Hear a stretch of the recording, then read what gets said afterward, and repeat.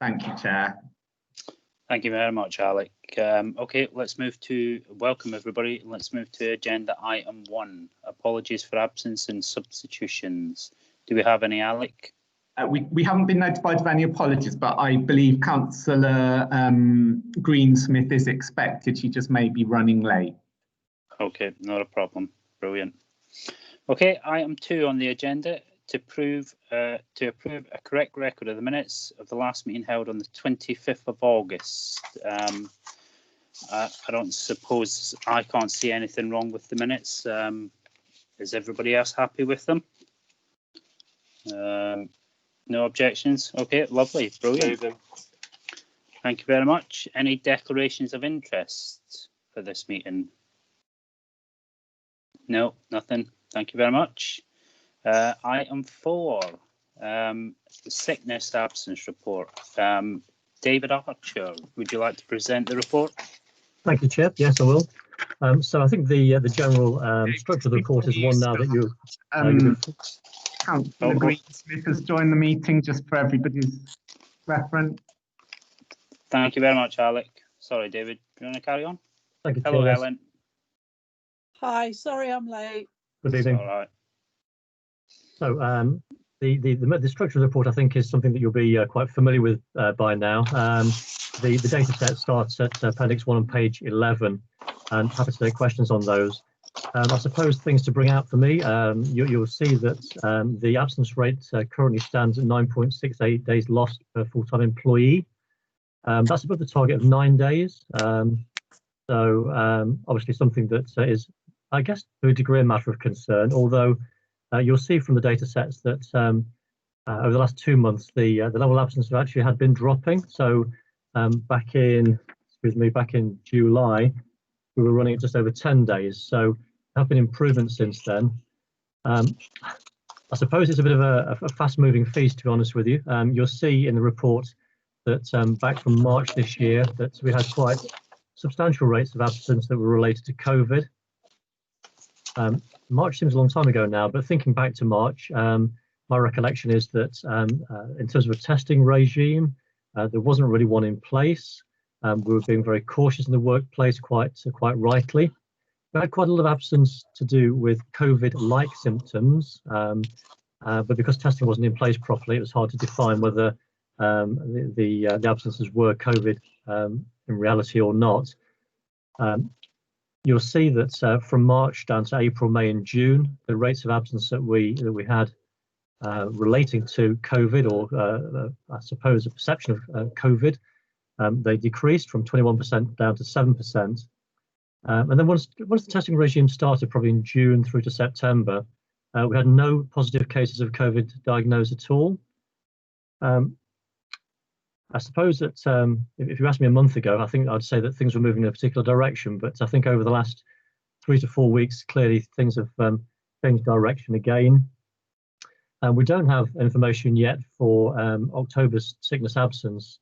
I suppose I can tell you that from information that we know about, certainly in terms of positive cases of COVID in the workforce, there are quite a number. So at the moment, 6 people had been positively diagnosed.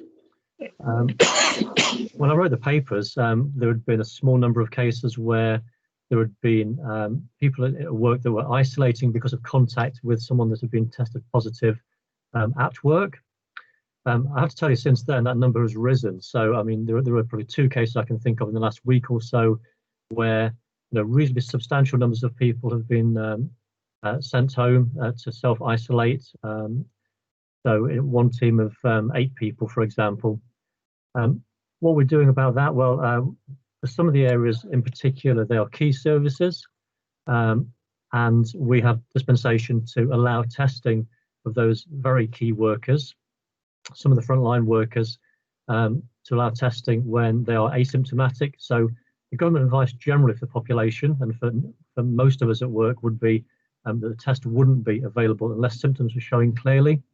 I have to tell you that we've made efforts to for certain workers to, as I say, secure exemption from that, and it allows us to test, make sure that people aren't possibly affected or infected, so that we can continue to provide services effectively, particularly in those key areas. So it is quite complex and there's a lot to do, but an awful lot of people are working hard to ensure that services aren't affected.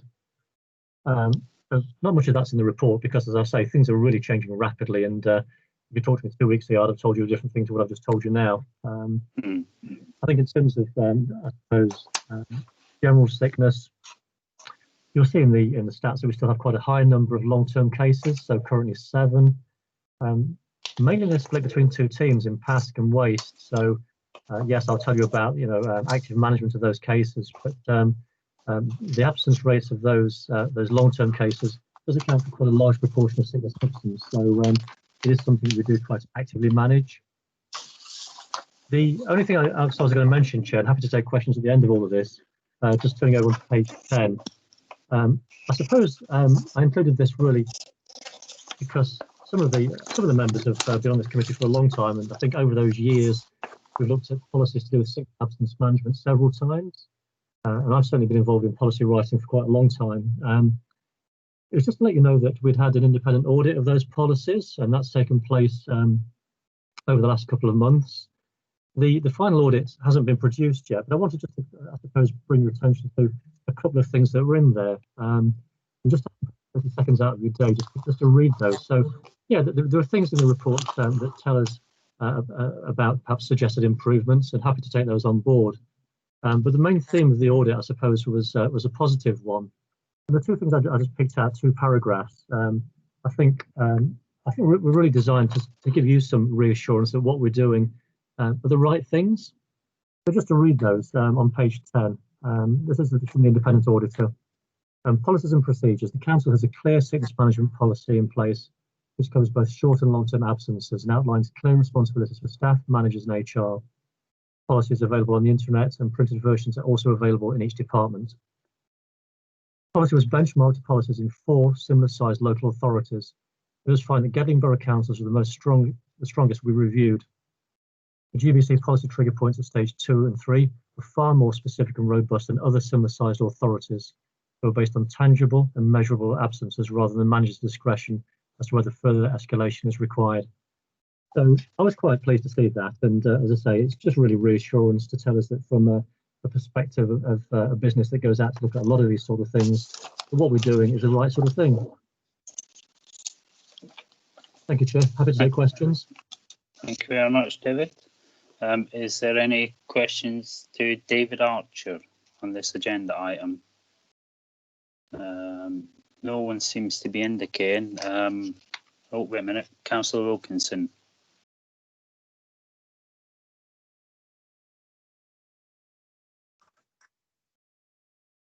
Thank you, Chair. Sorry, it took a couple of seconds to unmute myself there.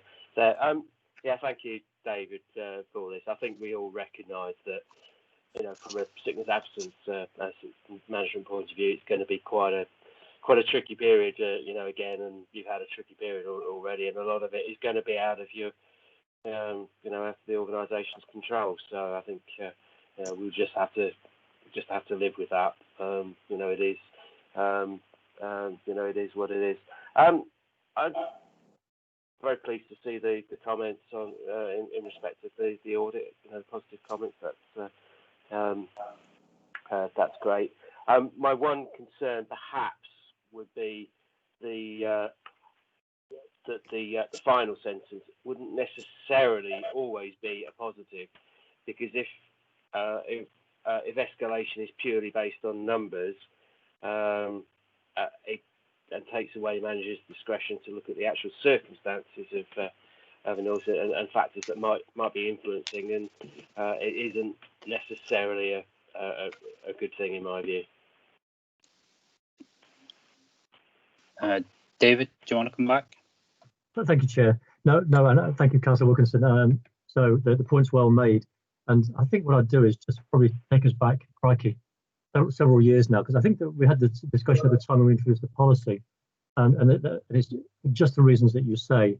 One of the things that we built in at the time, just to remind ourselves, was that final flexibility. So if we do get to the point of dismissal in a case to do with sickness absence, there is that sort of right of appeal and a hearing.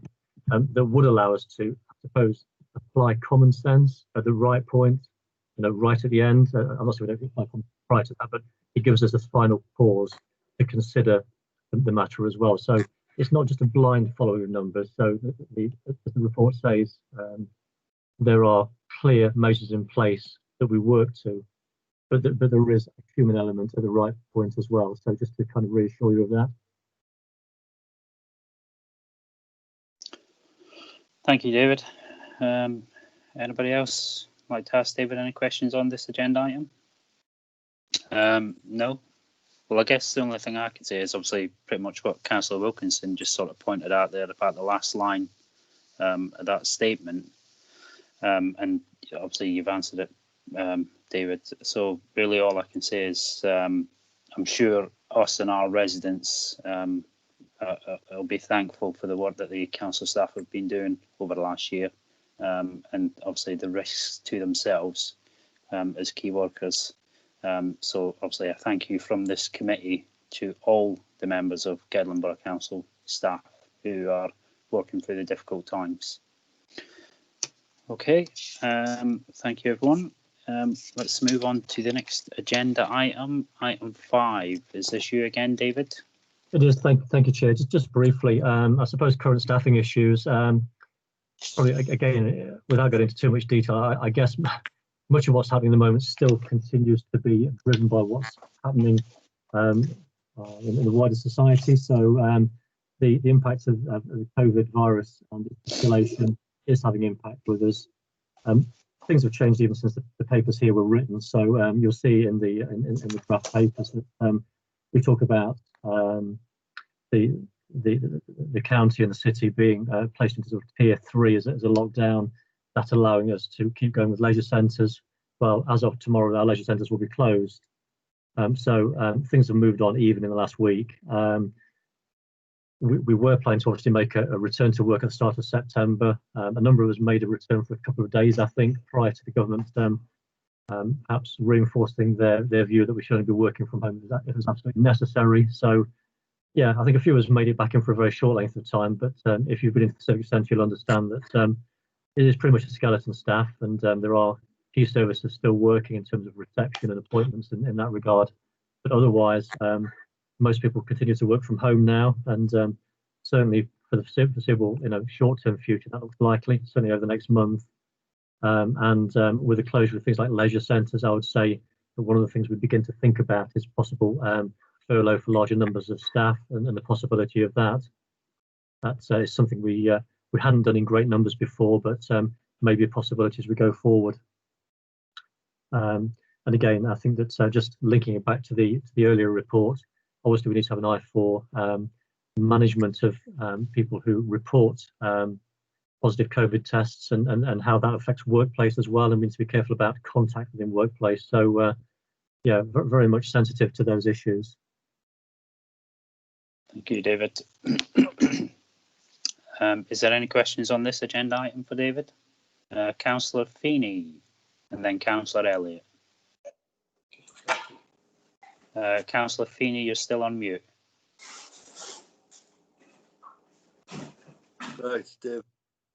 Just in regards to the leisure centre, the redeployment of staff, where are they going to be redeployed? Will they be redeployed on the bin, or will they be redeployed elsewhere in the council? Okay, thank you, Chair. And again, it might be Mike that might go to help as well. But so my understanding at the moment is that there's a likelihood we'll be looking to a core of leisure centre workers who provided assistance and redeployment last time. So they will be familiar with some of those tasks, working with the parks teams and the waste teams. They also have PPE kits. I think that in terms of number, it's unlikely that we'll be able to or want to redeploy all of the leisure services teams. And I know that during the lockdown arrangements last time, the centres were given thorough deep cleans, and a lot of them, smaller maintenance jobs were undertaken to get them into a tip-top condition. So that work's been done. So I think that if it's only a smaller number of people that we plan to redeploy, and the centres are in good shape, it may be for the remaining core of people that furlough, the extended furlough scheme, may be a possibility. again, locally, what we've agreed is that employees won't suffer any detriment in terms of salary. So anything that will be a shortfall through the government scheme would be made up locally, but it would still be a cost saving to the organisation. Right. Thank you, David. Councillor Elliott? Okay, I just wanted to, we're looking at, if we are going to look at furlough staff, which you just alluded to, David, longer than the month. The government scheme is going for a month now, but at county we're looking at levels which are a lot longer than a month. We're looking at what, if we can go by figures, we looked at 400 deaths yesterday, and we're going to, and if deaths are going to double that rate over a fortnight now, which is so by the time we reach our peak and then we come down, we're looking at 12 weeks before we get back to any sort of normality. I know that's hard to translate to people, but that's realistic what we're looking at. We're not looking at 4 weeks, we're looking at 12 weeks. So what have we as Gedling Borough got in place for a 12-week? David, okay. So did you want to come in, Mike, at all? I saw your hand raised as well. Yeah, thank you, Chair. Leisure is the main area of concern. Obviously, leisure is closing down tomorrow. So what we're doing, we're canvassing all staff within the leisure and see exactly what they want. So staff are very tired, as I'm sure you'll appreciate. We've been through COVID for 6-7 months, and most people haven't had any holiday. And 1 or 2 of them have already asked to take leave during that period. And of course, we will honour that. So that's the first priority. Secondly, it depends what we need to do, but it's important that, you know, furlough is considered for us from a financial point of view. It was great in March when we transferred a lot of the staff to help waste and PASC and do all these catch-up jobs, but it did backfire in terms of finances, in that we wasn't allowed to claim for that. So there was a huge increase in establishment that the council had to bear, but the services were delivered, and that was the most important thing. So this time we're canvassing not only the staff but also the managers at the depot, so Mark Hurst and Mel Cry, to see exactly what their needs might be going forward. At the moment, we monitor on a day-to-day basis, and except for the odd occasion, all services at the depot have been out. The odd missed bins round has obviously been missed by us, but it's been caught up the following day. So we're really watching the situation day by day, what's happening. We have had up to 24, I think, members of staff isolating from COVID. I would hope it doesn't get any worse than that, but of course we don't know. So it's really a case-by-case, day-by-day basis what happens. But at the moment, we're quite comfortable, and if we can transfer some leisure staff, for example, into waste to help us with that, then we'll endeavour to do that as well. So it's a bit of what the staff want in terms of holiday, what we want in terms of finances and furlough, and what the managers need in terms of delivering the service. Okay. Thank you, Mike. David, did you want to come back? You've got your hand raised. Yeah, thank you, Chair. And just, I suppose, to add to that, thank you, Mike. We're also, you know, alive to the nature of the schemes that are available to us. So, as you'll know, the furlough scheme has been, they use the word extended, but actually it is slightly different now, but extended until the end of November. But you're quite right. I think that it really is something which is perhaps unlikely to finish. Then we understand that, but there are other schemes that may be available to the organisation as well. So after the job retention scheme, we've got the job support schemes. In theory, will be coming from the start of December, or perhaps when lockdown finishes. So I guess again, to reassure you, we're alive to and alert about the schemes that may be available. And as the Chief Executive was saying, we just need to try to find the balance between personal need and business need, and just recognising the fact that people are, when I say tired, you know, I just mean sort of it's been a long haul, and people have been working long hours and working very hard, and it does eventually take its toll. So we're trying to find the right balance. Councillor Elliott, do you want to come back? Yeah, no, that's great, Dave. Just it's what I'm trying to it's difficult. Obviously, it's a very difficult time for families. A lot of employers, difficult time for them. We're coming up to Christmas. It's with that in their minds. I'm thinking about morale when we're going to we're looking at with people that we look after. I think we need to look at their morale going forward. They've got families. They don't. It's going to be a torrid time for them going forward. So, just is there anything we can do as a council to wrap our arms around those families, look after them, and just say, look, you're secure. Let's get you through to next year. Forget about what's going on where we are, and we're going to look after you. So your time's going to be okay as a council. It's apolitical, this one. There's nothing there. It's just want to make sure that they're okay going forward, because you can ruin someone's Christmas, can't you? Yeah. It's livelihoods, yeah. So I suppose the starting point is we're doing what we can to keep people properly employed and fully employed, and to explore, those schemes available to the organisation to maintain that sort of standard of living, if you like. Yeah. I suppose on the softer side, there's a couple of things that spring to mind. So you talk about sort of motivation, and maybe some small things, little nudges are helpful sometimes. Yeah. So plan, for example, is to run the staff awards ceremony in December, again virtually, but still making a bit of a splash with it. So we are trying to do some of those things. The Our Gedling group, I've talked about that before here. So the Our Gedling group is the employee engagement group. So it's a team of employees just drawn from around the organisation, managed by themselves. And normally they'll be running all sorts of different events. So it is like the annual barbecue or the Christmas party or a trip out or a quiz. And what they're looking at trying to do is just run some things perhaps online, like a quiz or some sort of gathering, if you like. So they're exploring some ideas there as well. I suppose something that will be of use to people is that we've just signed off on some online well-being awareness package. I was going to say training. It's not training, but it's something which is designed to provide the sort of support I think that you're talking about as well. So we're hoping to release that in the next couple of weeks, and that will be accessible for people with a sort of a work PC, but also to those employees that have given us email addresses, personal email addresses, so that material can get out to them as well. So it's not just a link to something, actually it's a bit more active than that. It's designed to be supportive of the individual. And it is difficult because we've all got different needs, but the package itself in terms of material seems to be good and straightforward and simple, but also gives a chance to link to other things as well, other support organisations. So there are things in place, and it's a tough one, isn't it?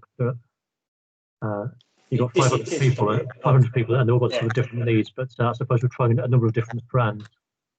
It is tough. I think it's amazing anything we can do to support them, and especially if we are going to look at furloughing staff as well. Sorry, Chair, I should have come through you. You're all right. If we are looking at furloughing staff, because that staff morale, if I'm being furloughed and someone I work with isn't, why? How do they choose me? It's that sort of thing. It's all that. It's a massive piece of work that we're doing at county, looking at mental health, and I know that Gedling are involved in that, but I just think we need to promote that going forward. And I know you'll do that. And so the example today, I think, sorry again, Chair, would be that so on the lead page on the intranet today was a reminder to employees about the employee assistance program, where we've got the online, telephone or face-to-face normally counselling session. So, and that can be to do with mental health, with financial worries. So those sort of just, I suppose, drip feed things as well, just soft reminders to people that there are things there. I thoroughly agree with what you're saying, that they make a difference. It doesn't always need to be huge, great things. It can just be some of the smaller reminders as well.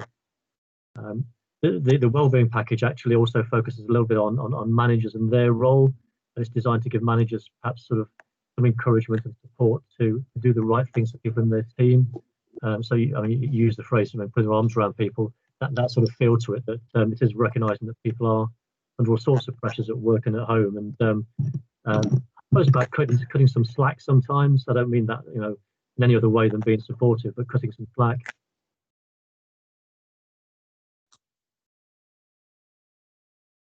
Thank you. Happy with that. Thanks, Alex. Don't mean to. Yeah. Okay. Bye. Thank you, David. David, I've just got a quick question regarding the Our Gedling group that you mentioned that the staff have. Yes. Do they have informal meetings? Do they get together have informal meetings? Well, they had to have structured formal meetings, Chair. So they meet regularly once a month. At the moment, they're doing that virtually. So the meeting was yesterday. So no, that's happening on a regular basis. So at the moment, they're sort of working hard to get staff awards off the ground. Yeah, it's something that's very active. I'm just wondering if it, I'd say, whether it might be an option for the leadership of the council and the chief executive to maybe attend one of the meetings. I don't know if they do, or, you know, maybe going forward, if they're invited, of course. Yeah, perhaps. I mean, it normally is sort of an engagement group, so it is kind of like for the employees, by the employees. So I think we need to be clear about perhaps the purpose of that, I guess. But that's not saying no. That's just saying, yeah, okay, that's a really nice idea. We need to understand maybe what was expected there. Yeah. Well, it could be an option of, obviously, like I say, if the group wish to invite people along. Oh, thank you. An option. I can certainly make that note. Thank you. Okay. Is there any more questions on this agenda item? Okay. Thank you very, very much. Moving on to agenda item number 6, David. Minor changes to establishment. Yeah, much more straightforward, Chair. Thank you. Just wanted to report that for the papers this time, there have been no other changes to establishment since the last committee. We had a couple in recent weeks, and I'll report those at the next time that we meet. But at the moment, nothing to report. Thank you. Thank you very much, David. Okay. Item 7. Any other items the Chair considers urgent? Nothing from me. There's nothing urgent. We move on to agenda item number 8, exclusion of press and public. I'm going to ask all those in favour, if you just want to show your hands on the screen. Oh, brilliant. Thank you very much. Okay, I'd just like to thank the members of the public who watched the recording or have listened live. But we're at this section of the meeting now that we are going to be closed to the public. Thank you very much.